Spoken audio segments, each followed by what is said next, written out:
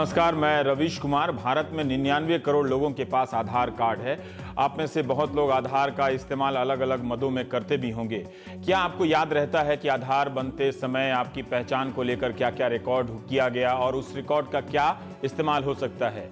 जरूर हम या आप आधार कार्ड पर दिए गए नंबर का इस्तेमाल अन्य दस्तावेजों के विकल्प के रूप में करते ही हैं। आईटी मंत्री रविशंकर प्रसाद ने बयान दिया है कि आधार को लेकर जो डेटा जमा हुआ है उसमें कोई भी विदेशी एजेंसी शामिल नहीं है। जो भी डेटा है वो विदेश में नहीं बल्कि भारत के बेंगलुरु और मनेसर में सुरक्षित रखा गया है।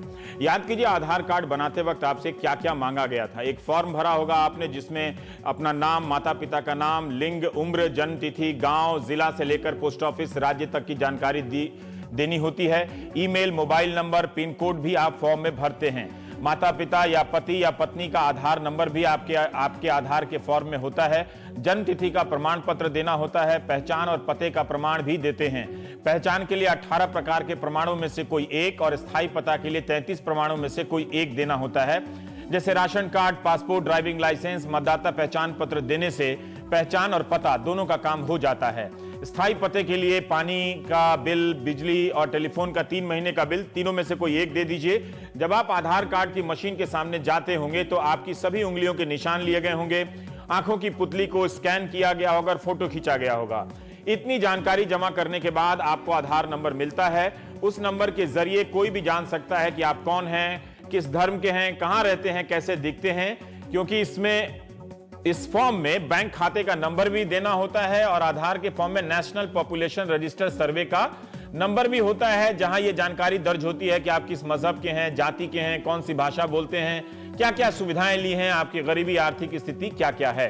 भारत में हर दिन 5 से 7 लाख लोगों का आधार कार्ड बन जाता है और भारत सरकार ने हाल ही में लोकसभा में पिछले हफ्ते मनी बिल के रूप में Aadhaar targeted delivery of financial and other subsidies, benefits and services bill 2016 पेश किया और पास करा लिया लोकसभा में। इसे कानूनी रूप दे दिया गया है। वित्त मंत्री जेटली ने सदन में कहा कि इस बिल का मकसद सिर्फ इतना है कि सब्सिडी का पैसा किसे मिल रहा है और जिसे मिल रहा है वो इसका हकदार है या नहीं।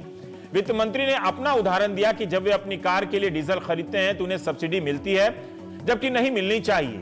यह बहस चलती भी है कि डीजल कार की बिक्री इसलिए बढ़ती है क्योंकि डीजल सब्सिडी के कारण सस्ता है। अब वित्त मंत्री के उदाहरण से साफ नहीं हुआ कि क्या आधार कार्ड के इस्तेमाल से सरकार यह सुनिश्चित करेगी कि डीजल की सब्सिडी सिर्फ किसानों को ही मिले, बड़ी गाड़ी वालों को ना मिले। किसानों को आधार कार्ड के जरिए अलग दर पर डीजल मिले। चूंकि उदाहरण डीजल का दिया गया इसलिए ये सारे ख्याल मन में आ गए। वित्त मंत्री ने अपने भाषण में इस बात पर बार बार जोर दिया कि हम संसाधनों की बचत कर अधिक से अधिक जरूरतमंदों तक सब्सिडी के लाभ को पहुंचाना चाहते हैं। एक और मंत्री रविशंकर प्रसाद ने राज्यसभा में कहा कि डायरेक्ट बेनिफिट ट्रांसफर के जरिए 1500 करोड़ और जन वितरण प्रणाली में के जरिए में 2346 करोड़ की बचत हुई है। 4 राज्यों का आंकड़ा दिया है। पिछले अक्टूबर में सुप्रीम कोर्ट ने जन वितरण प्रणाली के अलावा मनरेगा, पेंशन योजना और ईपीएफ को भी आधार के दायरे में ला दिया। तब कोर्ट ने यही कहा था कि लोक कल्याणकारी योजनाओं में आधार वैकल्पिक होना चाहिए, अनिवार्य नहीं। अंतिम फैसला आने तक कोर्ट में यह फैसला चल रहा है। सुप्रीम कोर्ट में यह विचार होना है कि आधार कार्ड हासिल कर आपकी हमारी प्राइवेसी, निजता में कोई दखल तो नहीं दे सकता है, या दखल है या नहीं। लोकसभा में वित्त मंत्री ने यही कहा कि मामला सुप्रीम कोर्ट में है, इसलिए प्राइवेसी के सवाल से किनारा करते हैं। लेकिन आधार कार्ड के डेटा को लेकर जो आशंका जताई जा रही है उसके बारे में उन्होंने जवाब दिया। उन्होंने कहा कि बिल के चैप्टर 6 में सूचनाओं को गुप्त और सुरक्षित रखने के पर्याप्त प्रावधान है। कैसे सुरक्षित रखा जाएगा इसकी पूरी प्रक्रिया तय है। सेक्शन 8 के तहत कुछ डेटा किसी व्यक्ति की मर्जी से साझा किया जा सकता है, लेकिन बायोमेट्रिक डेटा यानी आंखों की पुतली या उंगलियों के निशान आपकी सहमति से भी साझा नहीं किए जाएंगे। सेक्शन 29 कहता है कि कोर बायोमेट्रिक डेटा किसी से साझा नहीं किया जाएगा। बायोमेट्रिक डेटा और कोर बायोमेट्रिक डेटा में कोई फर्क है या नहीं, मेरी इसमें कोई खास जानकारी नहीं है, लेकिन हम पूछेंगे मर्जी से जो डेटा साझा किया जा सकता है वो क्या है, किसके साथ साझा किया जा सकता है। मर्जी से डेटा शेयर किया जाएगा तो वो प्रक्रिया व्यक्ति और राज्य के बीच में तय होगी या कोई आपके या हमारे बदले राज्य से जानकारी ले लेगा। जैसे किसी कंपनी ने आपसे सहमति ले ली और राज्य से वो डेटा ले लिया, जानकारी ले ली। हम बात भी करेंगे कि इससे आपका नुकसान होता है या नहीं। वित्त मंत्री ने यह जरूर कहा कि अदालत अगर डेटा मांग दे तो हम उसकी शक्ति को सीमित नहीं कर सकते।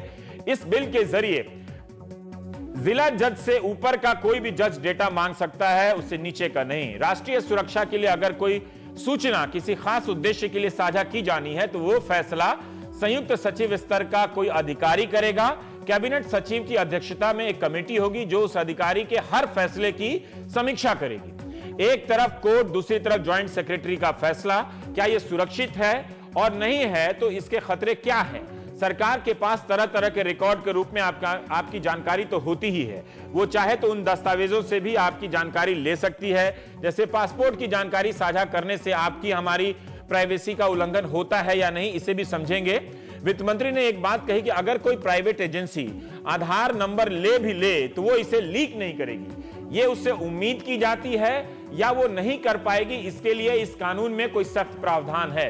पीआरएस लेजिस्लेटिव रिसर्च ने गहन अध्ययन से इस बिल का एक तरह से एक समीक्षा पेश की है और सवाल उठाया है कि अगर बिल का मकसद सिर्फ सब्सिडी को सही लोगों तक पहुंचाना है तो फिर प्राइवेट एजेंसी को आधार का डेटा देने का क्या मतलब है?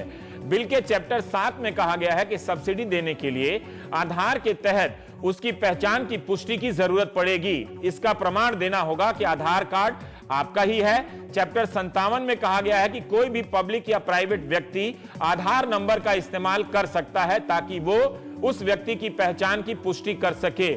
समझने का प्रयास करेंगे कि आधार नंबर अंतिम पहचान है या आधार नंबर देने या कार्ड देने के बाद भी उसका वेरिफिकेशन होता है, उसकी पुष्टि होती है। पीआरएस लेजिस्लेटिव का कहना है कि इस प्रावधान से टेलीकॉम, एयरलाइंस या बीमा कंपनियां आपसे आधार नंबर मांग सकती हैं अनिवार्य रूप से। हम अपने मेहमानों से पूछेंगे कि इससे हमारा आपका क्या नुकसान है। पीआरएस ने प्रोफाइल का सवाल उठाया। प्रोफाइल का मतलब होता है जैसे अगर आधार कार्ड के नंबर से यह पता लगा लिया जाए कि आपने कहां-कहां विमान यात्रा की है, आपका मजहब क्या है, जाति क्या है, तो हो सकता है कि नियुक्तियों में कोई घोटाला घपला कर दे। फोन का रिकॉर्ड मिल जाए किस किस से बात की है, तो इसके क्या नुकसान है, फायदे क्या हैं, इन्हीं सब जानकारी को हम प्रोफाइल कहते हैं। जैसे सोशल मीडिया पर आपने देखा होगा कि अगर पेज का इस्तेमाल करने वाली लड़की है तो उसके पेज पर लड़कियों से संबंधित उत्पादों के विज्ञापन आने लगते हैं क्योंकि वो उसके, और लड़का है तो विज्ञापन बदल जाता है। आपके सर्च करने के पैटर्न से, प्रवृत्ति से आपके पेज पर न्यूज फीड भी उसी से मिलता जुलता आने लगता है। यह सब प्रोफाइलिंग का पार्ट है, हिस्सा है। अगर आधार से यह सब होने लगे तो उसके क्या खतरे होंगे?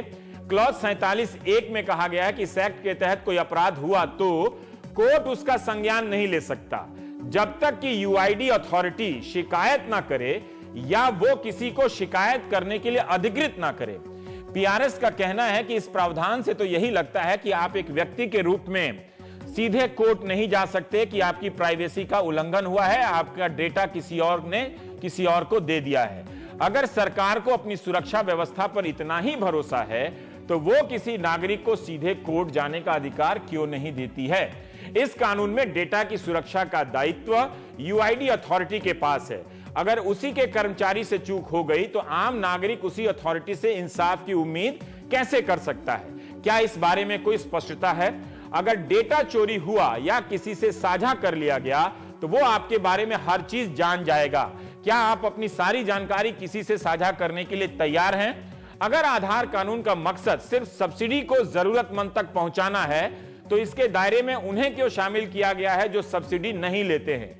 एलपीजी का उदाहरण दिया गया है कि अमीर लोग भी सब्सिडी ले रहे थे, लेकिन क्या यह अपने आप में पर्याप्त उदाहरण है? इन सब सवालों पर हम प्राइम टाइम में बात करेंगे। हमारे साथ अशोक पाल सिंह जी हैं। आप पूर्व उप महानिदेशक हैं unique identification authority of India. ये अथॉरिटी जो है आधार कार्ड बनाने, उसकी प्रक्रिया तय करने का काम करती है। और उषा रामनाथन है हमारे साथ, वो आ जाएंगे, वो कानून की जानकार हैं। अशोक पाल जी, सबसे पहले एक बुनियादी प्रश्न मैं जानना चाहता हूं, यूनिक आइडेंटिटी नंबर यूआईडी और आधार कार्ड आधार नंबर में क्या अंतर है? कोई अंतर है भी या नहीं? ये एक मैं बुनियादी सवाल जानना चाहता हूं, फिर मैं आगे आपसे पूछूंगा। नहीं, एक ही नंबर है। एक ही नंबर है, उसी को यूनिक यूआईडी नंबर कहते हैं जो आधार कार्ड पे नंबर होता है। क्योंकि जिस व्यक्ति को आधार नंबर मिलता है 12 डिजिट का, हाँ, वो अपने आप में यूनिक होता है और किसी और को नहीं मिलता है। ठीक है। अब मेरा सवाल ये है कि सरकार इस बिल के जरिए ये दावा कर रही है कि हम सब्सिडी को और टारगेट तरीके से लोगों को पहुंचाएंगे। विकल्प के तौर पे आप ये काम कर ही रहे थे। और रितिका खेड़ा ने लिखा है, आउटलुक में मैं देख रहा था कि जिन लोगों के आपने आधार कार्ड बनाए हैं, जितने भी 99 करोड़ या 90 करोड़, अगर 100 लोगों के बनाए हैं तो उसमें 0.03% ही ऐसे हैं जिनके पास किसी भी प्रकार का पहचान पत्र नहीं था। पहले से पहचान पत्र है, अब एक और पहचान पत्र आने से क्या हो रहा है? इस कानून में यह लिखा होता कि अब कोई और पहचान पत्र देने की जरूरत नहीं, तो बात समझ में आती। इसका मकसद जरा बताइए फिर। देखिए, जो आधार का एक एस्पेक्ट अभी तक सफिशिएंटली रिकॉग्नाइज नहीं हुआ है, वो ये है कि आधार आपका और इंडिया का डिजिटल वर्ल्ड में पासपोर्ट है। क्योंकि जैसे जैसे डिजिटल वर्ल्ड बढ़ता चला जाएगा, तो उसमें कोई भी सर्विस प्राप्त करने के लिए बेसिकली कन्वेंशनल आईडी इंस्ट्रूमेंट्स काम करना बंद कर देंगे, क्योंकि उन सब के लिए आपको एक जगह से दूसरी जगह जाकर अपनी आइडेंटिटी का प्रमाण देना पड़ता है। आधार बेसिकली वर्ल्ड की फर्स्ट और लार्जेस्ट वर्चुअल आईडी है, जो कि ऑनलाइन ऑथेंटिकेशन कर सकती है। और इसलिए ये इंडियाज पासपोर्ट पर ऑनलाइन तो नहीं है। इस बिल को पढ़ने से मुझे यही लगा कि कोई, जैसे मैंने अपना नंबर दे दिया, तो उस प्राइवेट एक आदमी होगा जो उस नंबर को वेरीफाई करेगा कि ये कार्ड मेरा ही है कि नहीं है, ये नंबर भी मेरा है या नहीं है। तो एक तरह से वो नंबर देना भी अंतिम नहीं है, ऑनलाइन वेरीफाई नहीं होता। कोई एक एजेंसी है, कोई प्राइवेट है, जो अभी मैंने PRS लेजिस्लेटिव का विश्लेषण पढ़ा उसके हिसाब से। नहीं, एजेंसी कोई इसका वेरीफाई नहीं करती है, पहली बात तो ये है। और ये जो मैं आपसे कह रहा था कि रिकॉग्नाइज करने की बात है, अगर मैं आधार में बहुत शुरू से इन्वॉल्व था, तो हम लोग कहते रहते थे कि ये कार्ड नहीं है। पर इसको लोगों को समझने के लिए कार्ड कहा आपने, कार्ड हमने तो नहीं कहा, ठीक है, समझने लगे। समझते तो एक तो ये है कि ये कार्ड ही नहीं है, ये केवल 12 डिजिट का नंबर है, और ये ऑनलाइन ऑफलाइन दोनों ऑथेंटिकेट हो सकता है। और आप किसी प्राइवेट व्यक्ति या एजेंसी के सामने जरूर हैं, पर वो आपको कभी ऑथेंटिकेट नहीं करेगा। आपको ऑथेंटिकेट केवल यूआईडी करेगी, और दूसरा व्यक्ति नहीं कर सकता है। उषा जी, हम आपसे जानना चाहते हैं कि ये एक सवाल आपके आने से पहले मैंने अशोक जी से पूछा कि अभी हमारे पास बहुत तरह के पहचान पत्र हैं, बहुत तरह की पहचान है, और आधार नंबर अगर हम किसी को देते हैं, सरकार ने कहा कि इसका मकसद हम इसलिए कानून में बना रहे हैं ताकि जो सब्सिडी सरकार से ले रहे हैं, हम उन्हीं ज़रूरतमंद लोगों तक सब्सिडी को पहुंचा सकें। पर बहुत सारे लोग ऐसे हैं जो सरकार से कोई सब्सिडी नहीं ले रहे हैं, तो उनके लिए ये आधार कार्ड क्यों अनिवार्य किया गया है? और जो लोग सरकार से सब्सिडी ले रहे हैं, उनके लिए आधार कार्ड को या नंबर को अनिवार्य कर देने से क्या फायदा है, क्या नुकसान है? फायदा क्यों नहीं है? अगर सरकार कह रही है कि भाई हम उस खाते में पैसा ट्रांसफर कर देंगे, अगर एक नंबर रहेगा और वो सही नंबर हमारे हिसाब से रहेगा, तो उसमें हमारे लिए ज्यादा सुरक्षा रहेगी। जी, ये एक चीज याद रखना जरूरी है कि ये जो स्कीम है, ये नंबरिंग स्कीम है। ये पहले से उन्होंने कहा कि ये यूआईडी नंबरिंग स्कीम है, मतलब होल पॉपुलेशन को, उनको वो नंबर, एक एक जना को नंबर देना चाहते हैं, ताकि हम लोग नंबर बन के आसानी से पहचान पाएंगे वो लोग हमें। तो ये आरटीआई का है ना, उसका उल्टा है। आरटीआई में हम गवर्नमेंट को देख पाएंगे, इसमें गवर्नमेंट हमें देख पाएगी जहां भी हम है। तो पहली चीज ये है कि ये एक नंबरिंग स्कीम है। दूसरी चीज ये है कि इसमें ये याद रखना जरूरी है कि आइडेंटिटी प्रोजेक्ट और आइडेंटिफिकेशन प्रोजेक्ट में बहुत अंतर है। ये यूनिक आइडेंटिफिकेशन प्रोजेक्ट है, मतलब कोई हमें आइडेंटिफाई करेगा, हम आइडेंटिटी इस्तेमाल नहीं कर सकते हैं।